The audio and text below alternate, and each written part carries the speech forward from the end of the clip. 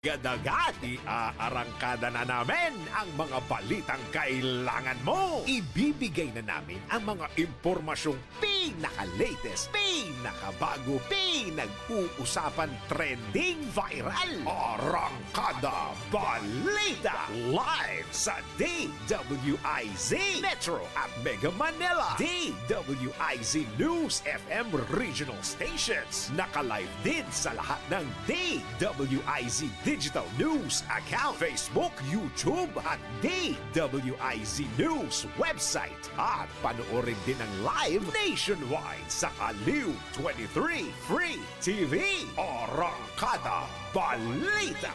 Arangkada na sina Drew Nasino at si Ate Juday, Judith Estrada Larino. Gising ang morning mo sa Arangkada Balita. Live araw-araw, Monday to Friday, 5 a.m. Nagbabalita, naglilingkod sa lahat ng Pilipino. Aliw Broadcasting Corporation. Noon hanggang ngayon, 73 taon sa dagupan. 89.3 DWIZ.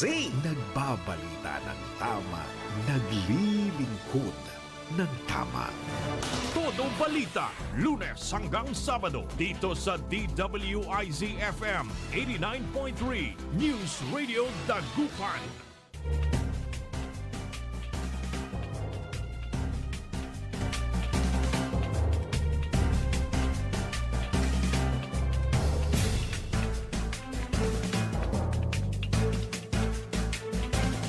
Good morning mga kaibigan. Naimbag na bigat kanya yung amin na po.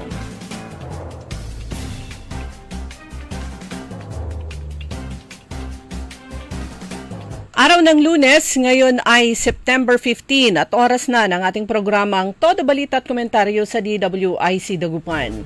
Muli tayo ay magkakasama-sama hanggang alas 6 ng umaga. Inyong marinig mga balita kaganapan sa lalawigan ng Pangasinan, sa ibang bahagi ng bansa at sa ibayong dagat. Ang inyong katoda balita, ako si Liway Manantan Iparagire. Ang aking partner si Kaaron Susan Yadaw at sa technical si Kaaron Roland.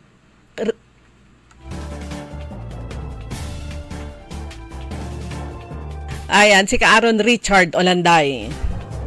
Sa ulo ng mga balita sa Balitang Nasyonal. Tigil pasada laban sa korupsyon ilalarga umpisa sa September 17 hanggang September 19. Todo balita. Ika-64 na seat sa House makukuha ng Gabriela.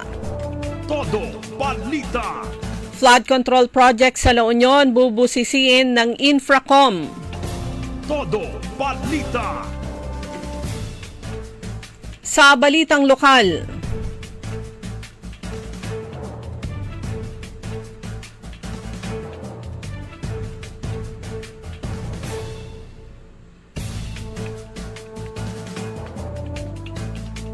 ika-68 kaarawan ni Pangulong Ferdinand Marcos Jr. Selebrasyon sa lalawigan ng Pangasinan, pinangunahan ni Governor Gico. Todo balita.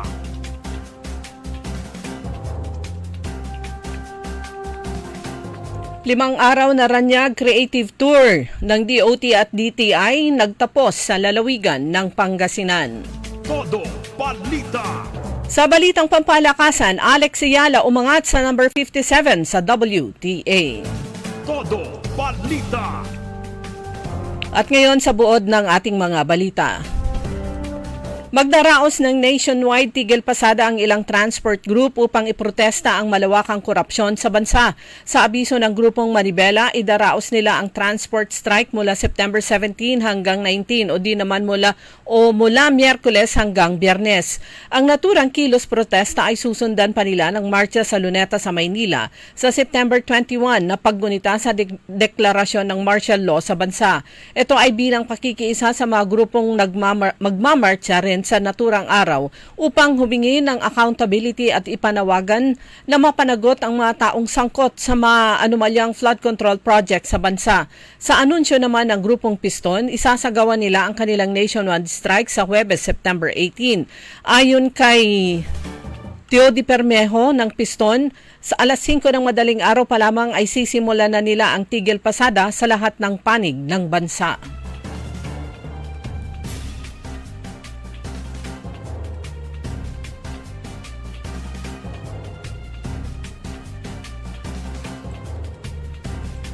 Samantala dito sa lalawigan ng Pangasinan,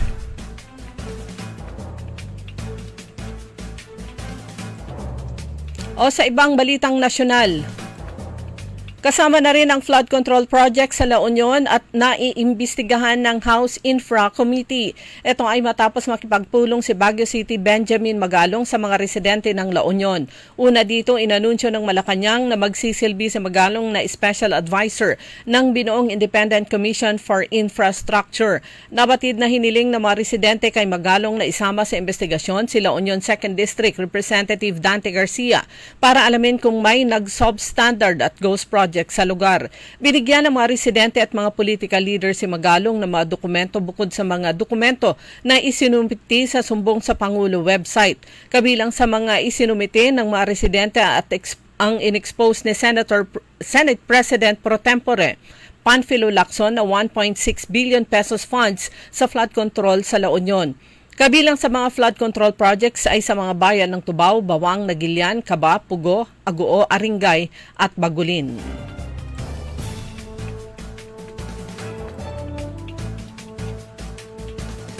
Kinumpirma naman ng Commission on Elections na ang Gabriela Party List na nakakuha ng 256,811 na boto noong May 2025 election ang siyang uukupa sa ika-64th seat sa House of Representatives.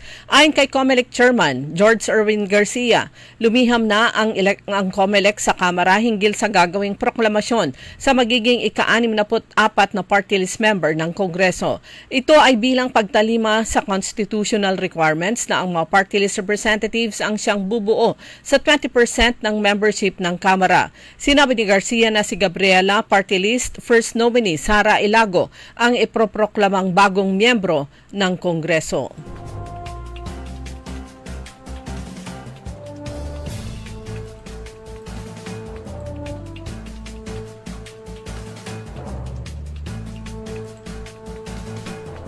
Samantala, inihayag ni International Criminal Court o ICC Assistant to Counsel Attorney Cristina Conti na nasuri na ng mga eksperto ang mental health ni dating Pangulong Rodrigo Duterte matapos hilingin ng kampo nito na huwag nang ituloy ang paglilitis dahil marami na siyang hindi natatandaan.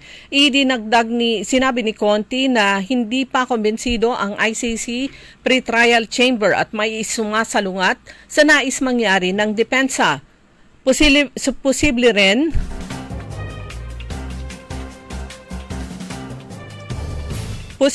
di umano na kumuha pa ng mga eksperto ang pre-trial chamber para tignan ang lagay ni dating Pangulong Duterte.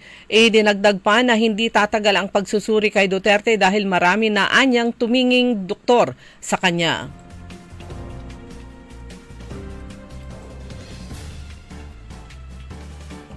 Kaugnay pa rin sa investigasyon sa mga flood control projects, tiniyak ng Philippine National Police na handa silang magbigay ng seguridad sa ikakasang inspeksyon ng Department of Public Works and Highways sa mga flood control projects sa iba't ibang bahagi ng bansa. Ang paniniyak ay ginawa ng Philippine National Police kasunod ng pahayag ni DILG Secretary John Vic Remulla na ang kanilang pagbibigay assistance ay para matiyak na magiging maayos at payapa ang mga pagsusuri ng mga ahensya sa mga infrastructure projects tulad ng flood control projects. Ayon kay Remulla, hindi makikialam ang PNP sa proyekto at sa halip ay babantayan ang mga taong may banta at magsasagawa ng mga inspeksyon sa mga kontrobersyal na proyekto. Dagdag pa ni Remulla, ngayon ang Independent Commission na ang mag-iimbestiga ng bilyong-bilyong proyekto. Posibleng magkaroon ng banta sa buhay ng mga taong magsasagawa ng nasabing inspeksyon.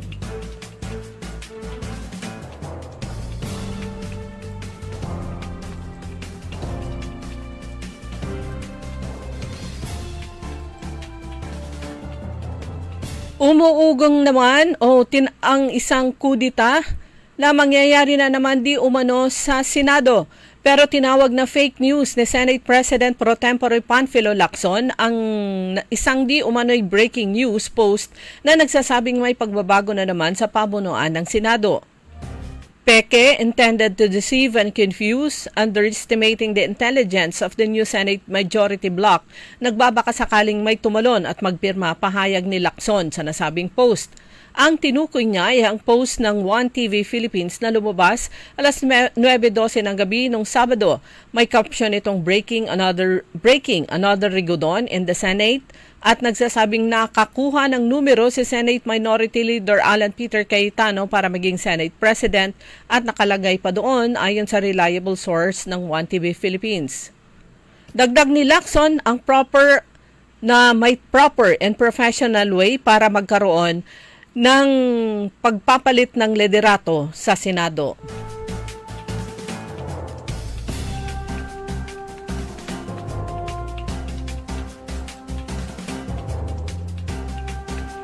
Samantala, kaugnay sa rally na gaganapin sa lungsod ng Maynila, tahasang sinabi ni Philippine National Police Acting Chief Lieutenant General Jose Melencio Nartates Jr. na patuloy nilang ipapatupad ang no permit, no rally policy para sa mga ikakasang mga kilos protesta sa mga susunod na araw. Ayon kay Nartates, kailangan lamang na makipag-ugnayan ang mga organizers ng mga magkikilos protesta sa iba't ibang bahagi ng Metro Manila sa lokal na pamahalaan upang makakuha ng permit at mapayagang magsagawa ng programa. Kasabay nito, pinaalalahanan ni Nartates ang mga rallyista na ang EDSA People Power Monument at EDSA Shrine ay hindi anya isang Freedom Park, kaya naman mahigpit na pinagbabawal ang paggamit ng mga lugar na ito bilang pagdarausan ng mga ganitong pagtitipon. Dumako naman tayo sa mga balitang lokal.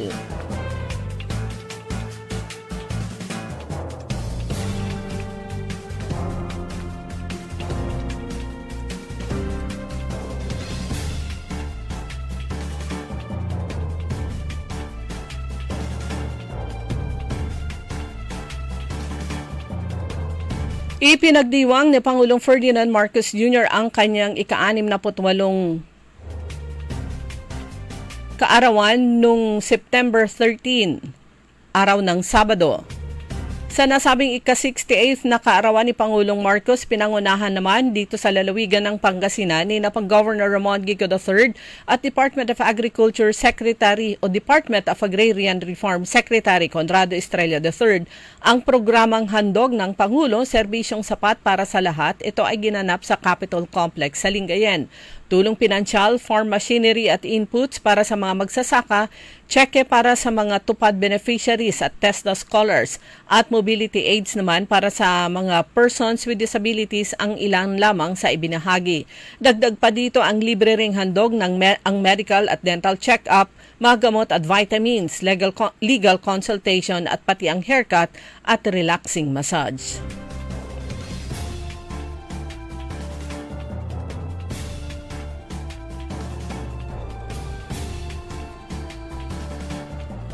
Nagsimula at nagtapos ang Ranyag Creative Tour sa lalawigan ng Pangasinan. Sa unang araw, unang dinala ng DOT Region 1 at DTI Region 1 ang mga tour participants saka sa Amarillo sa bayan ng Rosales, sa Basilica of Our Lady of the Rosary of Manawag at sa Diswordsman sa bayan ng Posurubio. Ang sumunod na 2 araw ay dedicated sa ilang pasyalan at kainan sa La Union. Sa 2 huling araw ng Ranyag Tour, bumalik ang grupo sa Pangasinan. Kanilang tinungo ang Korea-Philippine Seafood Processing Complex sa Dagupan City, Banaan Museum, MM's Bagoong Factory at Mesa de Amor kasama na ang Season Auditorium sa Lingayen. Pagkatapos nito, sila ay tumulak sa Ikawayan Center sa Alaminos, sa Sungayan Floating Restaurant sa Bolinao, at sa gumagawa ng Pakwan Wine sa bayan ng Sabani. Sa huling araw naman, ang grupo ay tumungo sa Bellas Puto, Calasiao sa bayan ng Calasiao, sa JNS Hito Farm sa Urbistondo, sa PSU Research Center sa Bayambang at ang pinakahuli bago sila naghiwa-hiwalay pauwi sa kanilang malalawigan sa St. Vincent Ferrer Prayer Park sa bayan ng Bayambang.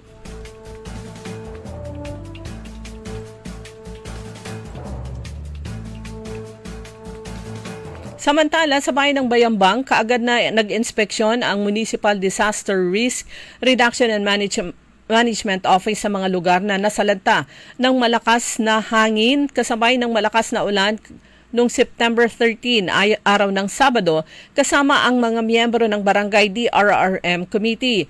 5 insidente ng pagbagsak ng malalaking punong kahoy ang inisyal na naiulat sa Purok 7, Barangay Managos, sa gilid ng daan sa may Barangay San Gabriel First, sa Purok 3 sa Barangay Amangkusiling Norte at sa tabing ilog ng Amangkusiling Norte, kasama rin ang Purok 1, Barangay Amangkusiling Sur. Sa isang bahay ang nakitaan ng nasirang bubong sa Amangkusiling Sur. Matapos ang rapid damage assessment ay kaagad namang nagsagawa ng MDRRMO ng tree cutting at cleaning operations sa mga nasabing lugar. Maliban sa may pagbagsak sa isang linya ng kuryente, aktibong tumulong naman ang mga Barangay Disaster Risk Reduction and Management Council ng mga naturang barangay. Wala namang naiulat na casualty sa lahat ng nasabing insidente. Dumako naman tayo sa mga balitang pampalakasan.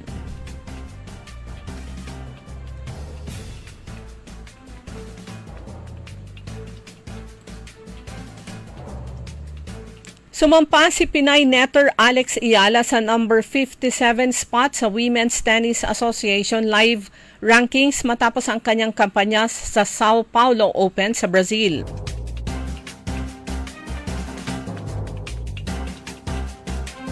Nakaabot lamang sa quarterfinal si Ayala sa Brazil tournament matapos yumuko kay Janice Jen ng Indonesia upang tuluyang mamaalam sa kontensyon. Subalit sapat na ito upang mapaangat ang kanyang pwesto sa WTA Live Rankings. Muling aarangkada naman ang mga Pinoy Q Masters sa prestihiyosong 2025 WPA Men's 10 Ball World Championships na gaganapin sa Ho Chi Minh City, Vietnam mula September 20 hanggang 28. 6 na Pinoy bets ang magtatangka sa torneo, kabilang na si reigning World 10 Ball Champion Carlo Biado sa nakatakdang depensahan ang kanyang korona sa naturang event. Matatanda ang napasakamay ni Biado ang World 10 Ball crown matapos pataubin si Naoyuki Oi ng Japan sa finals nung nakaraang taon. Yan ang kabuuan ng ating mga balita sa Todo Balita, ang inyong tagapagbalita. Ako si Liway Manantan Iparagire. Ang oras, 5:21 ng umaga. Ang balitang ito ay inihatid sa inyo ng Bingo Plus. Download Bingo Plus app now on Google Play and Apple App Store for a chance to win up to 935 million pesos jackpot prize. Visit bingoplus.com to learn more. With Bingo Plus, bingo sa saya plus sa panalo. Gaming is for 21 years old and above only. Game responsibly, keep it fun. Magandang araw po sa ating lahat, sa ating mga bisita. Inaanyayahan ko po kayo sa aming lungsod ng Alaminos para po mabisita at ma-experience ang ating mas pinagandang 100 Islands. Marami na pong pagbabago sa ating mga isla at sana makita namin kayo dito sa aming lungsod para po makapag-swimming, makapag-enjoy kasama ang inyong barkada at ang inyong pamilya. Tara na! Dito sa Alaminos City para sa ating 100 Islands. Ang patuloy na pagpapaganda sa 100 Islands National Park at lungsod ng Alaminos ay pinangungunahan ni Mayor Art Brian Celeste. High blood, salot, milyong-milyong katao na ang namamatay sanhi nito. Kaibigan, baka ikaw na ang susunod. Ni Mrs. Flor de Lisa Barbosa, ti Rosario, Santiago City. Agtawenak ti 63. Manungatawan nga aglutluto ako, tada karindiriyak. Mariknak agpipikal. Ti imimak iso nga nangagak ti radyo, dati agas nga pao di arko. Pinadas ko. Mayat ti epekto na. Duti food supplement nga napadpadasa ko. Awan ti epekto na. Dato'y pao di arko, idi nagtumarak, manungal daw lang, han nga agpipikil ti imakon. Awisen kay nga mangpadas, tapno maikatmat, dagita rikrik na inyong, saksakitin nyo. Kaya kaibigan, buhay mo'y ingatan. Mag-Aldrich Pau di Arco Herbal Capsule na para kalusugan mo ay garantisado. Hoy mga suki, hanap nyo ba ay mga murang bilihin, malinis at sariwang pagkain sa pang-araw-araw at handaan tuwing may okasyon? May suggestion kami sa iyo. Tayo na sa Macador Market na kung saan inyong mabibili ang mga mura, sariwa, malinis at ligtas na bilihin tulad ng karne ng baboy at baka, manok, isda, gulay at iba-ibang sangkap sa pagkain. Matatagpuan din sa Macador Market ang dry goods, groceries, eateries at fruit section. Kaya ano pang hinihintay nyo? Gawing bongga ang handa mo everyday with Macador Market. Macador Market is open from 4 a.m. to 8 p.m. Visit us at Macador Market, Galvan Street at Zamora Street sa downtown Dagupan City. DWIZ Liway Manantan at Isusan Yadaw sa Todo Balita. Pagbati po muli po natin ng isang napakagandang araw ng Lunes. Sa pangalawang bahagi po ng Todo Balita, kasama nyo pa rin Liway Manantane Paragire. Ang oras na po natin alas 5:25, araw ng Lunes. Ngayon ay September 15 at araw ng sweldo. Ayan, maganda ang ngiti ni Ka-Aaron Richard. Araw ng sweldo, araw din po ng mga regular sessions ng mga sangguniang palalawigan dito sa lalawigan ng Pangasinan. Ang presiding officer, walang iba kundi si Vice Governor Mark de Guzman Lambino. Ganon din halos lahat ng sangguniang bayan at panlungsod dito sa lalawigan. Lunes yung kanilang regular session. At syempre dahil Monday flag raising ceremony program sa mga bayan at lungsod, sa mga LGUs, ganun din sa mga government agencies. Kaya ang palaging ipinapaalala ng DILG at saka ng Civil Service Commission sa kanila, sa mga government employees, huwag imi-miss out, huwag umabsent sa mga Monday flag raising program. Anyway mga kaibigan, pagkatapos ng ilang araw, 5 araw halos, I'm back dito po sa ating programa Todo Balita dito sa DWIC. Nawala ako ng ilang araw kasi ako po ay sumali, participant po sa ginanap na Ranyag Region 1 Creative Tour. Yung Ranyag, ito po ay acronym. Ang ibig sabihin ng Ranyag ay Rediscover Artistry, Nurture Identity, and Accelerate Growth. Ang Ranyag, ito po ay Ilocano word na ang ibig sabihin ay light. Ayan, sa mga kapwa natin mga Ilocano speaking. Light, brightness o kaya radiance. Yan naman sa salitang Ingles. Ang nasabing Ranyag tour na pumunta sa ilang mga lugar dito sa lalawigan ng Pangasinan at saka La Union ay ang objective nito ay para naman ibigyan ng renewed attention ang vibrant landscape dito sa rehiyon, sa dalawang lalawigan na nabanggit po natin, patungkol sa local arts, crafts, mga cultural traditions, at mabigyan sila ng brighter na future, kumbaga, sa tinatawag na creative enterprises sa dito sa Rehiyon 1. Alinsunod na rin po ito sa, naalala ko bigla si former Congressman Christopher De Venecia.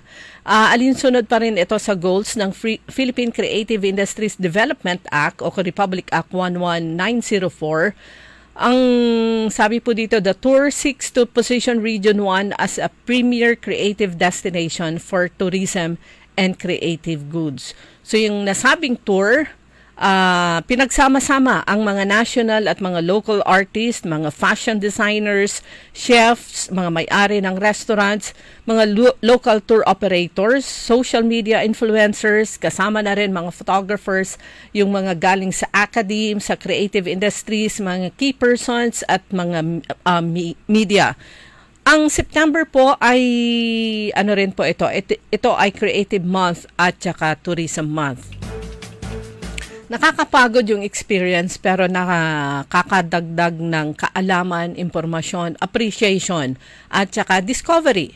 Hindi lang discovery doon sa mga lugar na napuntahan po natin, kundi discovery rin sa inyong sarili, sa aming sarili. Like for example, sa akin, ang dami kong mga realizations.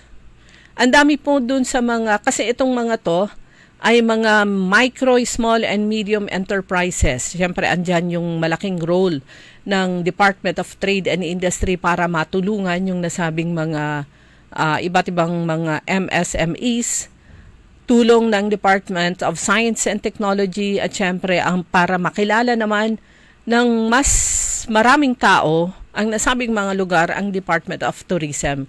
At nung nagkaroon po kasi ng send-off dinner nung Friday evening, ginanap sa Season Auditorium.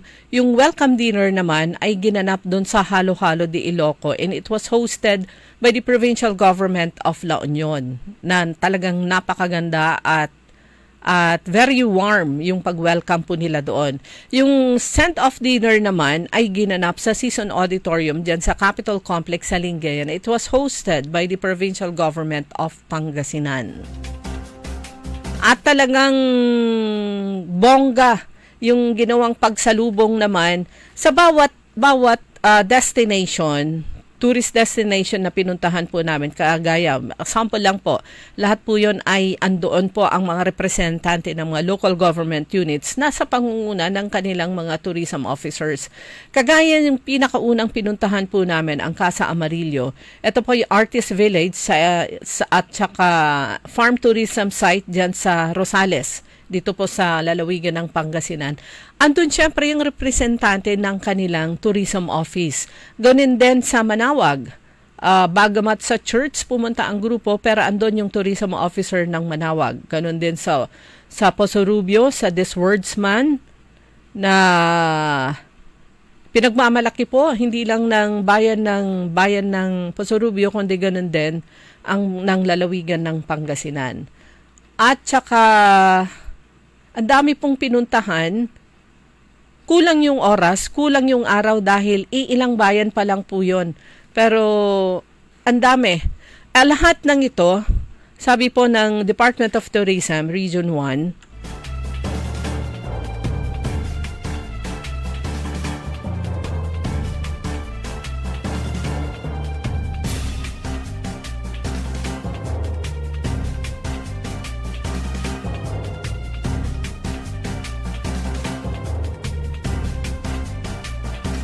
sinabi ng Department of Tourism Region 1 sa pamamagitan ni Ma'am Gaynora Marigapas,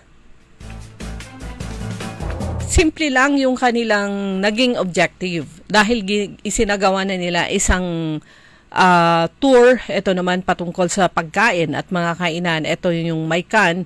Naisip nila, ano yung susunod na project natin? Okay, isagawa natin itong Ranyag. Ito ay creative tour. Na kanilang naisip na isagawa. Ito yung kauna-unahang Ranyag Region 1 Creative Tour dito nga sa ating rehiyon. At meron yung nagsalita na representante mula naman sa DOT Central Office na pag-congratulate na ang Region 1 dahil sa successful na pagsasagawa nila, pag-organize ng Ranyag Creative Tour dito sa Rehiyon 1. At kanyang sinabi na in fact, Region 1 yung pinakauna na sa 17 rehiyon sa buong Pilipinas na nag-organisa ng isang creative tour dito sa kanyang area of responsibility. Kanya naman talagang tuwang-tuwa yung mga taga DOT Region 1 sa pangunguna ni Ma'am Gaynora Marigapas dahil hindi nila alam na sila yung pinakauna na nagsagawa o nag-organize ng isang creative tour. Basta ang kanilang nasa isip, ano ulit yung kanilang gagawin para maipakilala more ang mga tourist destination na to na nasa tinatawag na creative side. Yung creativity kasi hindi lang sa arts, hindi lang sa songs, hindi lang sa film, kundi kasama na rin dyan yung creativity sa pagkain, sa preparasyon ng pagkain. Pero talagang yung experience po namin na yon talagang busog na busog sa nakapunta ka sa iba't ibang lugar, busog na busog sa kaalaman, information, busog na busog sa pagkain. Kaya tayo ay nadagdagan ng ilang timbang. Plus, syempre, it's a sights, sound, ano pa, yung sa gastronomy at marami pang iba.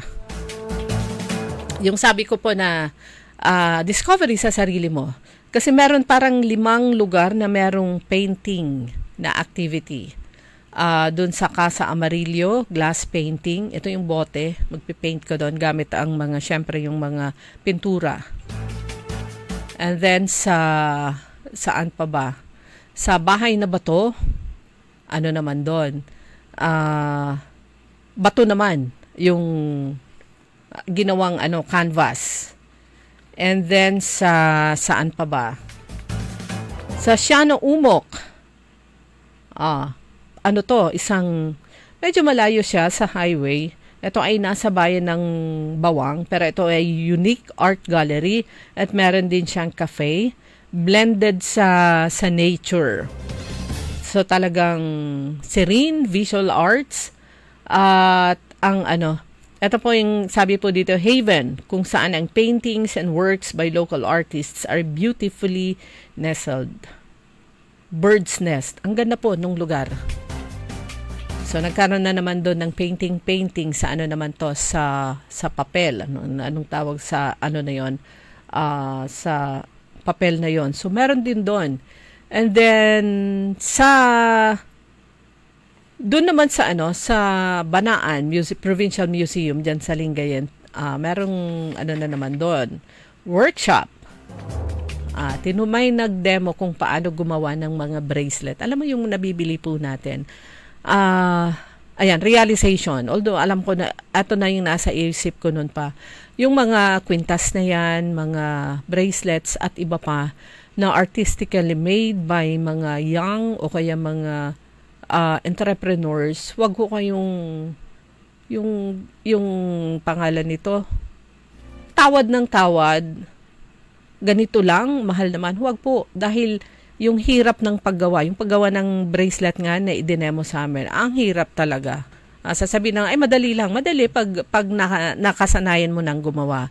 Pero yun, appreciation at respeto natin sa mga gumagawa ng mga ganyang mga souvenirs o yung mga gamit. Huwag ho tayong tawad ng tawad. Tulong na natin sa kanila yon.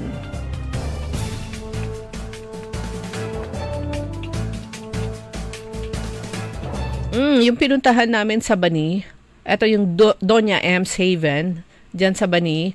Siya ay kilala sa kanyang mga wines. Particular, its signature watermelon wine made from locally grown watermelons. Gumagawa din sila ng iba pang mga fruit wines. Bilang support naman sa community, nagsasagawalan sila ng training sa kanilang mga kababayan patungkol sa fruit processing. Meron ding weaving doon, ng gamit ay kawayan. Tapos meron yung si Lolo, Gabriel yata yung pangalan. Nag-demo siya kung paano gumawa ng sombrero gamit ang dahon ng nyog. Finally, napuntahan ko na ang Bellas Puto Calasiao, the famous pagawaan ng factory ng puto.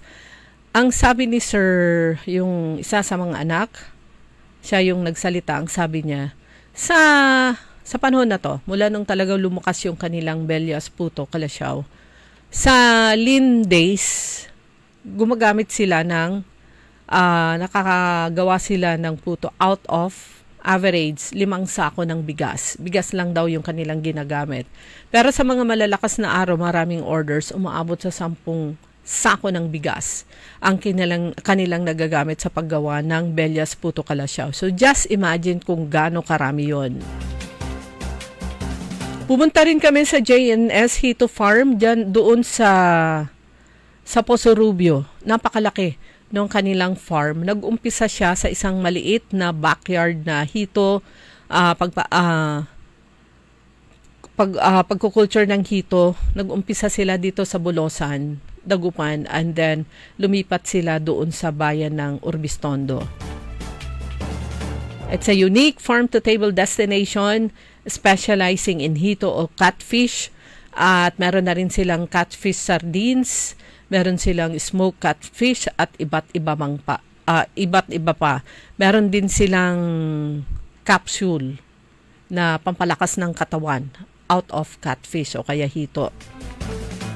Sabi ni Sir na nag-present yung may-ari, umaabot sila kung minsan ng 1 million na peraso ng hito doon sa kanilang farm sa iba't ibang sizes yon. Meron yung fingerling hanggang sa pinakamalaki. Yung alam niyo yung pinakamalaki, abot na ilang kilo ba yung sabi ni sir?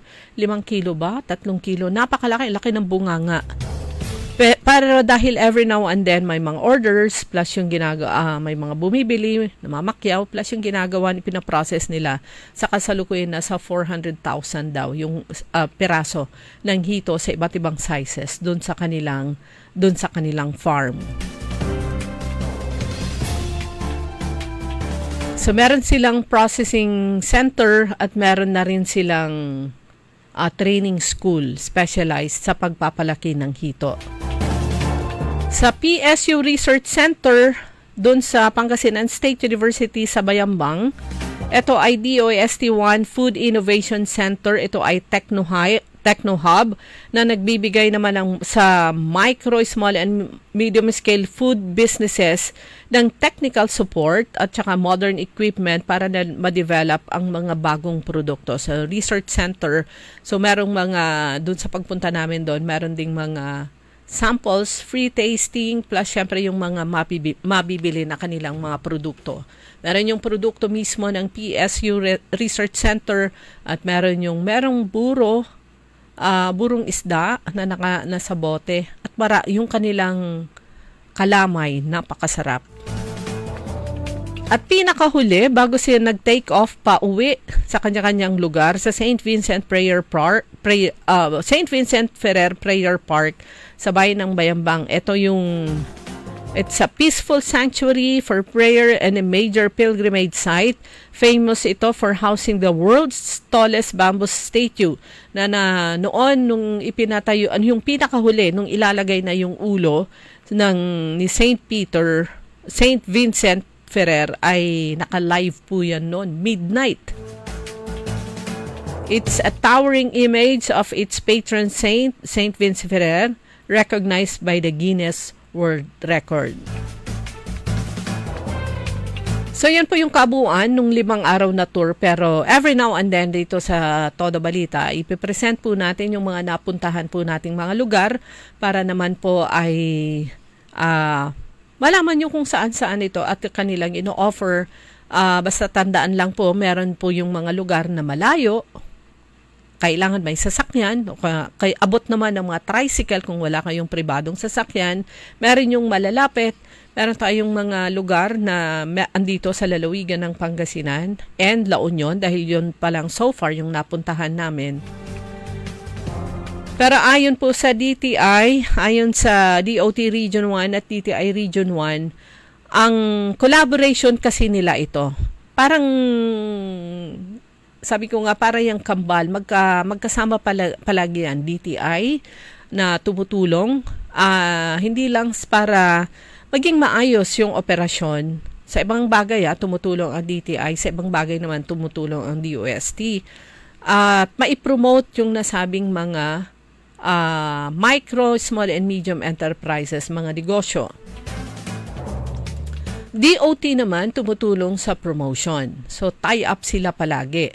Pero ang sabi po ng DTI Region 1 at DOT Region 1, nag-propose ng possible site na pupuntahan ng DTI at yun naman ay pinuntahan ng mga representative ng DOT para itignan kung gaano kahanda ang nasabing mga recommended na mga lugar. Pag sinabing gaano kahanda ayon sa DOT, kaya man nilang mag-supply? Ready ba silang accommodate ng marami?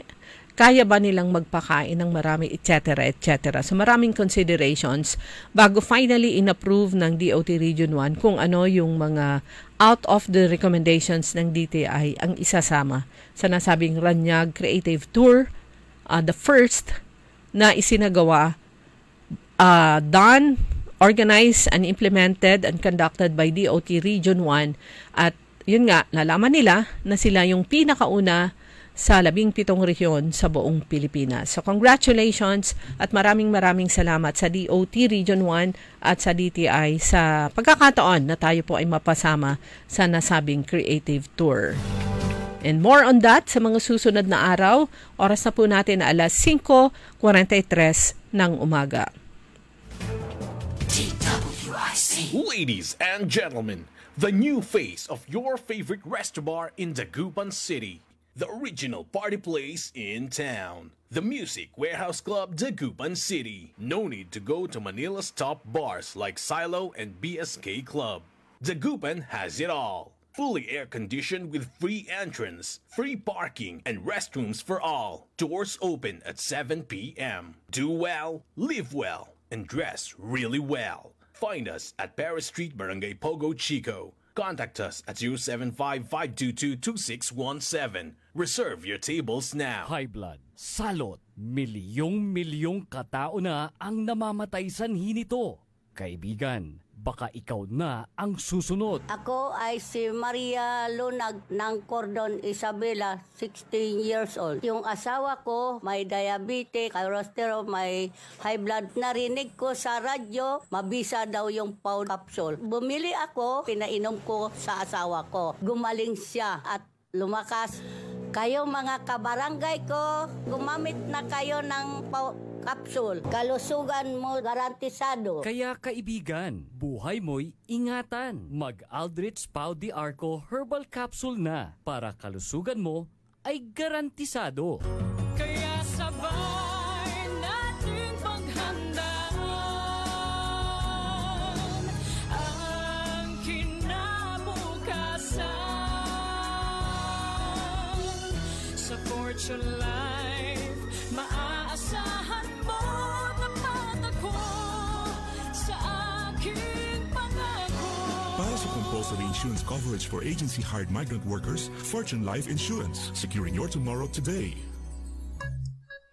Uy suki! Mananap kayo na mamuran sa saliwan? Malinis tan sariwan panangan para at agaw-agaw yapon siya no walay okasyon? Walay suggestion meet si kayo.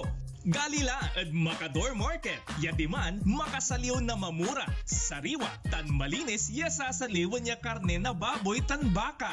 Manok, sira, pising, tan nanduruman rekado para at panangan. Narumog yumat at Macador Market susaliwan na dry goods, groceries, panangan, tan walamat sulakuan na prutas. Anthony Serenso alagaran nyo. Gawa yun nanduruma supon sa'yo agaw-agaw at Macador Market. Lukas agaw-agaw sa Macador Market. Manlapot alas 4 at palbangon. Anggad alas 8 yalabi. Bisita kila at Macador Market. Galvan tan Zamora Street. Jad downtown at syudad na Dagupan. DWIZ Liway Manantan at Isusan Yaraw sa Todo Balita. Oras na po natin mga kaibigan, alas 5:46 na ng umaga. Kasama nyo pa rin po Liway Manantane Paragire at syempre yung aking partner sa technical, si Aaron Richard Olanday. Initial na pagbati po, good morning kay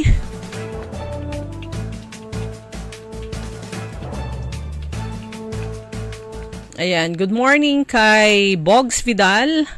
Ganon din kay Sir June Agas, good morning. Watching from Bangusville, kanto. Kay sa aking pamangkin, ayan si Lawrence Manantan na watching from Makati. Si Sir Noel Lumboy, good morning po. Sir Napoleon ko, hindi nawawala to sa listahan. Rodel Edadis Peralta, Rolly Soriano, June Agas, Ernesto Musada, Jojo Bauson, good morning. Gracielda Matro at kay Nanay Dading, kumusta po kayo? Sumaya yung aking puso. Ayan. Ate Ophelia Parker, good morning. Kumusta kayo na Apo? Miss you. Sana magkita tayo soon. Kay Flaviano Shopno, Eli Ramos Ferreria, good morning at sa iba pa.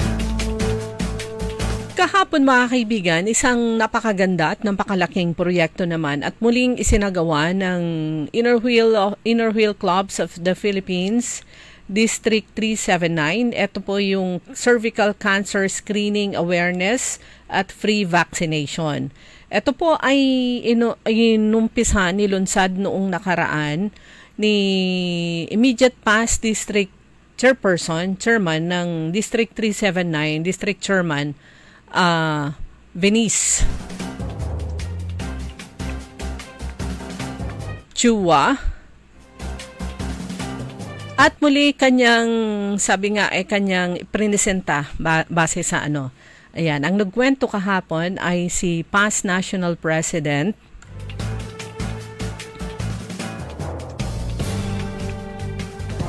Dr. Nene Villaflor, na sabi niya because of past District Chairman Vian Venice Chua, kaya nagkaroon ilot nito. Kasi nga, nung nakaraan, nagkaroon yung vaccination first dose para sa ilang mga batang babae. Age, 8,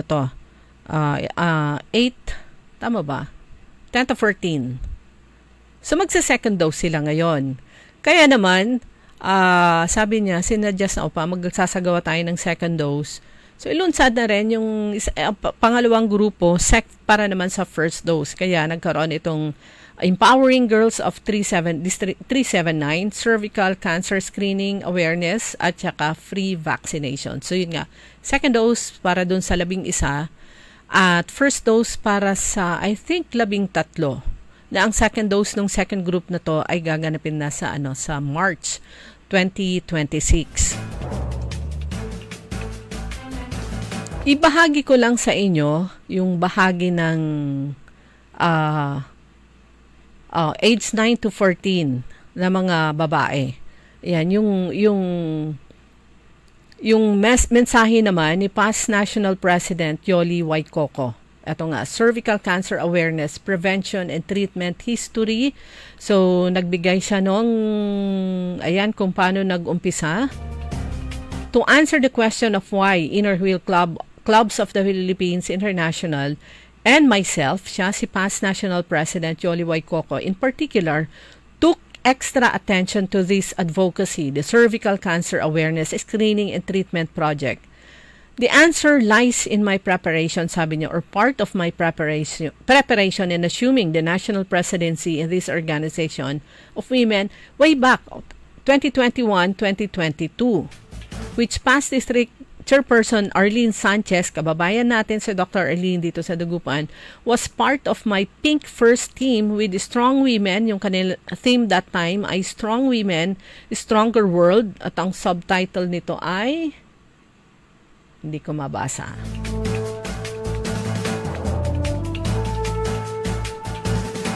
So, sabi niyo dito, parts lang yung kukunin ko. Where to find that unknown single identifying advocacy remained a mystery until I find out myself that the answer lies within reach.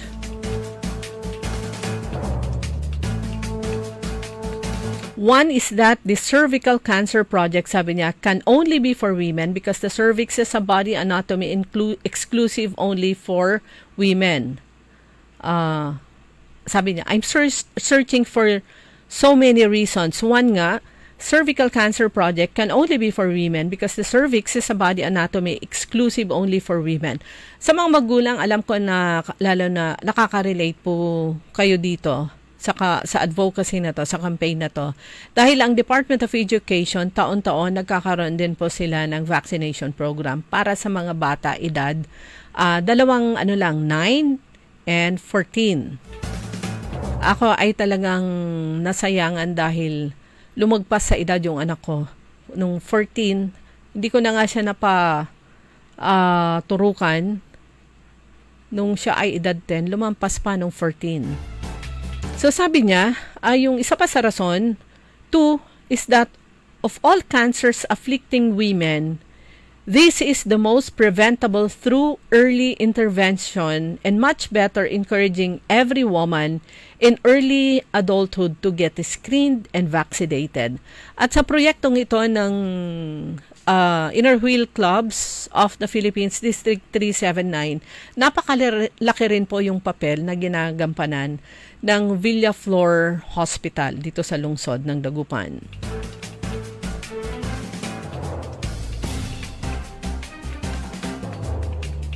So sabi pa niya, parts lang po itong binabasa ko dun sa kanyang mensahe. Sabi pa po ni past National President Waikoko, sa punto pong yan, ako makikiusap to every Inner Wheel members to make this cervical cancer awareness, screening and treatment our personal advocacy, to embrace it as a lifetime goal, sabi niya.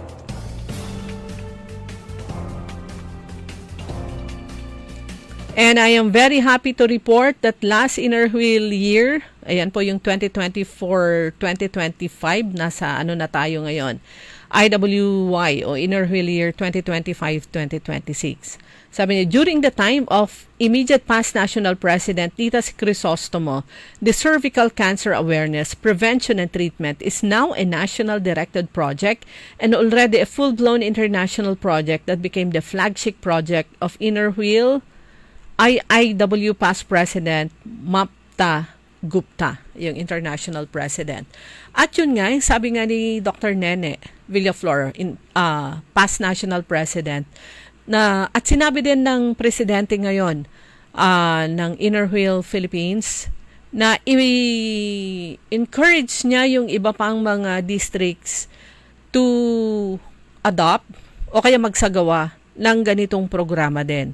At sabi nga ni Dr. Nene Villaflor, dapat lahat tayo pagtuunan natin ng pansin itong kampanya na to. Sabi niya, siya, cancer survivor, si past National President Nene. At nagbigay din ng kanyang pagpapatotoo at mensahe si past National President Lily Yuchong Chan na siya rin ay cancer survivor. So ito po yung ilan sa number 3, cause of death daw itong cancer sa cervix na ang tinatamaan nga yung mga kababaihan. Kaya naman todo-todo po yung atensyon na binibigay para sa mga young children, female, para naman mabigyan sila ng vaccination patungkol kontra sa cervical cancer. So yung first batch ay 11 at sabi ni Kaaron Susan, yung second batch, yun po yung second batch na kasama kahapon para sa kanilang first dose ay 20. So yung 20 na to, yung sa kanilang second dose ay ibibigay naman sa March 2026. Kaya kayo po, na-miss out ko na talaga to para sa aking anak, pero yung paalala ko din po sa inyo, kapag may naka-schedule sa barangay, o kaya pag sa school meron po silang ibinibigay na sulat sa mga magulang, isalin nyo yung anak nyo. Bukod sa part na yan ng protection nila, makakatipid din kayo kasi mahal po yung vaccine. Mahal, pag sa pribado, mahal po yon.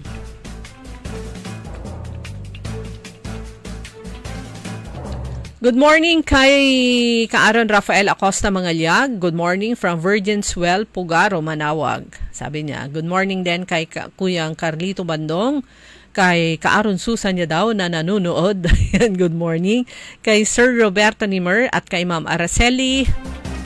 Kay sino pa ba? At si Cora Aquino at Kuya Marjan sa Barangay Tubong. Good morning po sa inyo. Kay Mama Taen Tropa na imbag nga bigat kanyayo. Apo, kumusta kayo? Kastamat ka ni District Chairman kay DCV yan, Vinice Chua. At syempre sa kasalukuyang DC District Chairman Mary Jane Mejia. At sa mga kasamahan din natin sa Inner Wheel Club of Downtown Dagupan, headed by the President, Mel Garcia. At syempre sa mga kasamahan din natin sa Girl Scout of the Philippines, Dagupan Chapter. Good morning. Samantala, paalala muli mula naman sa Central Pangasinan Electric Cooperative, meron pa silang isang schedule. Ito naman ay yung una ginanap ng September 10, araw ng Miyerkules, at this week, September 17 naman. Ito yung pinapaalam ng pamunuan ng Senpelco sa lahat ng kanyang nasasakupan na ang Energy Regulatory Commission ay magsasagawa. Ito na yung pangalawang schedule ng public hearing, September 17, Wednesday, alas 2 ng hapon, via online. ERC case number 2025-118, RC Central Pangasinan Electric Cooperative Incorporated and Masinloc Power Company Limited of the Power Supply Agreement o PSA between Senpelco and Masinloc Power Company Limited with motion for confidential treatment of information and motion for provisional authority or interim relief. Yan po sabi po ni Engineer Rodrigo Corpus, ang General Manager. Ulitin ko lang, September 17.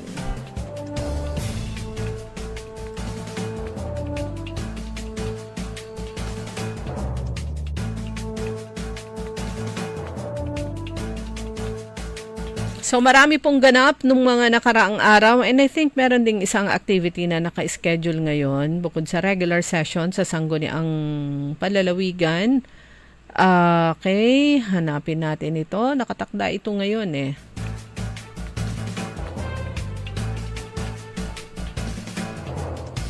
Sa dami ng advisory mula sa Philippine Information Agency PIA Pangasinan, natabunan na yung nasabing paanyaya.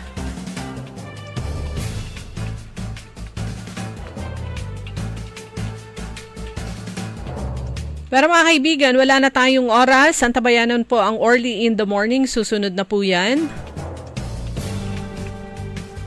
Muli tayong magkakasama-sama bukas sa Toda Balita mula alas 5 ng umaga hanggang alas 6 ng umaga.